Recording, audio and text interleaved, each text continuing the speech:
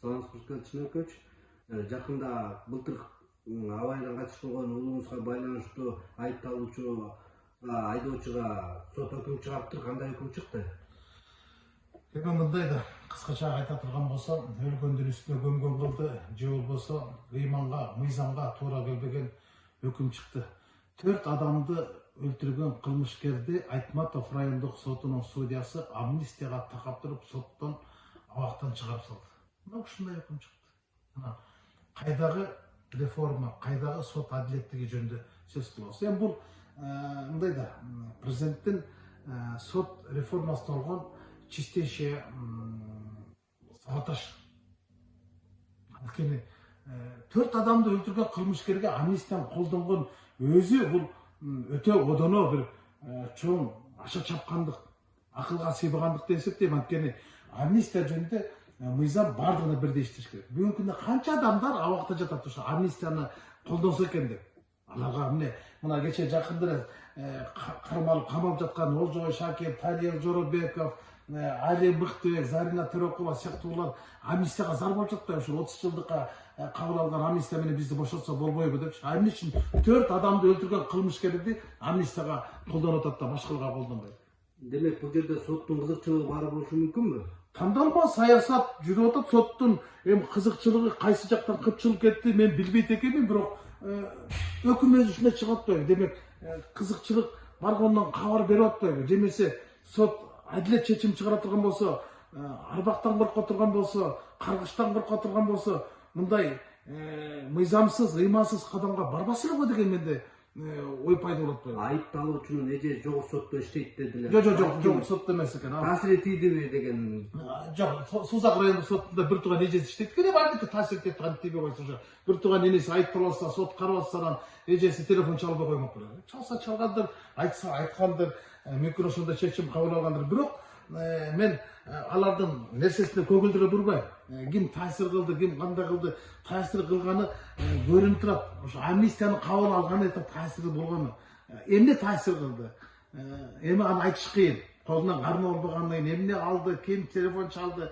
Бирок мен мындай бир бул эми абактан чыгарып жибергенине мындай экспертизанын тыянагын негиз кылып алыптыр да, ошол айыпталуучуну мас абалында өтө катуу ылдамдыкта айдап рулге барбай 4 адамды өлтүрүп алды деп Ички иштер министрлиги тергеп туруп сотко өткөрдү. Айыпты оор кылмыш жасады деп коюп, айыпты тагып туруп прокуратура колдоп, ошону аянат чыгып койгоду. Мен Ички иштер бөлүмүнө рахмат айтам, Айтматов райондук тергөө кызматына, Айтматов районунун прокуратурасына, анын прокурору Ормонбек Талант Турбековичке рахмат айтам, колдоп, коргоп, аягына чейин тургандыгы үчүн. Анткени алар өздөрүнүн милдетин абийир алдында ак жана так аткарды деп айта алат. Ал эми сотко наалаткан айтам.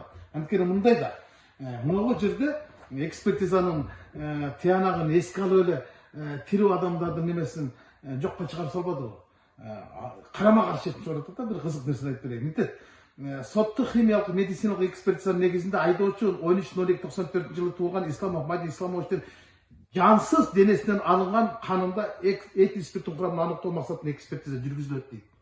Жансыз денесинен алынган канга экспертиза жүргүзүлөт дейт. Могу жерде эксперттин колу менен мөөлү турат.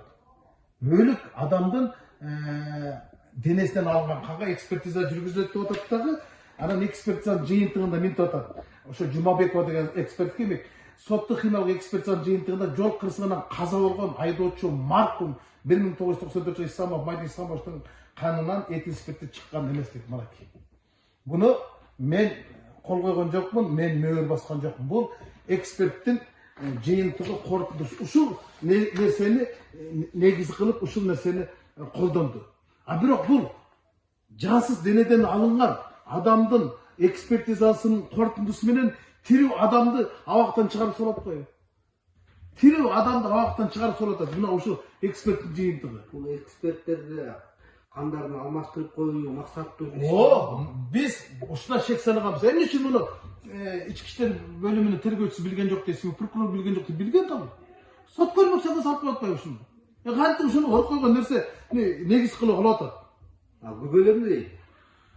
Күбөлөрдүн бардыгы 10 стакан ара ішкен, 5 стакан ара ішкен, ижден де ішкен, сырттан да ішкен деп барлығы айтып атат. Жана 2 машинамен қалып, екінші машина айтып атат, арттан қалып жетпей қалдым. Мас абалында қатып айтып, ушундай урунду деп атат да. Көйлөрдүн бардығы классташ балдары, ошо кайтыш болгон менин баламдын классташ балдары, алардын бардығы тергөөдө кол коюп беришти. Биз калп айтсак жоопкерчиликке тартып бергиле деп. Сотто дагы далилдеп беришти. Биз калп айтпайбыз, биз аны көргөн билгенибизди айтабыз, ичкен деп атат. Эми айдоочу өзү айтып атат, мен 1 стакан ичтим, бирок түкүрүп салдым деди. Кузуп салдым да жок, түкүрүп салдым деди. Эми 1 стаканды түкүрүп сала албайсыңдар. Демек жутуп алгансыңдар. Бирок эксперт ушуну айтты. Демек бул жерде 2 адамдын каны алмаштырылган экспертизага. Бул айтып атат, жансыз денеден алынган кан дейт. Бул болсо тирүү, бул жерде айтып атат, кайтыш болуп калган адамдын менен тирүү адамды актап жиберип атпайбы?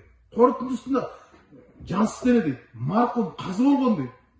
Бирок ушундай өкүм чыгат. Эми амнистия менен деле мен макул эмесмин. Амнистияны мындай оор кылмыштарга мен жабырлануучулар жарыш сөзгө чыкканда дагы ошо сотко айттым. Анткени мен айтканга негиз бар болчу. Мен сотко баштан ишенген эмес. Мен сотко кирип кабинетинде сүйлөшүп отурганда эле сот башталып электе, сотко мен катышып электе эле ошо жөнүнө таанышып ушул иш боюнча кирип коеюн жабырлануучу катары дегенде эле анын өзүнөн амнистия, пробация деген сөз чыккан. Кийин мен ошол жерден менде ишеним өлдү. Андан кийинки мен кадамдардын баардыгы четке кагылды, өтүнүчтөрүм бар четке кагылды. Сот бир тараптуу эле ушул ишке барды дагы өкүмдү чыгарып салды. Аябай шашты, четин иштердин баарын четке какты, жемесе башка кишиге өткөрүп берип койсо деп отурду, баштатпай койду.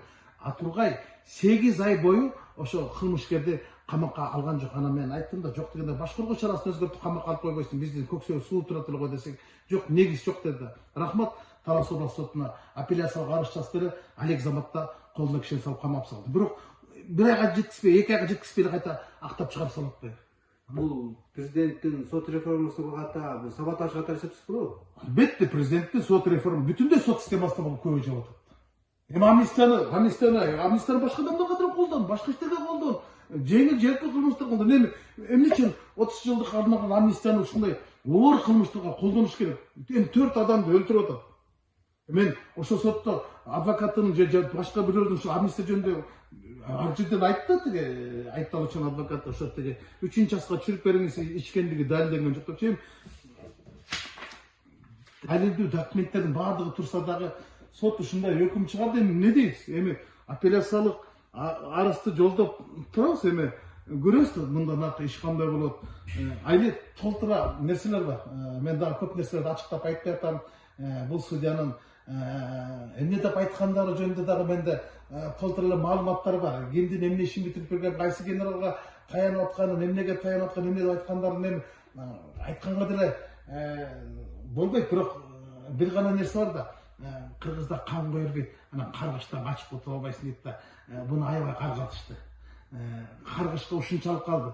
Мен деле ушул өкүмүнө өкүнө турган аракеттерди жасайм. Мыйзам чегинде. Мыйзам чегинде албетте. Кийин ушуга өкүнөт.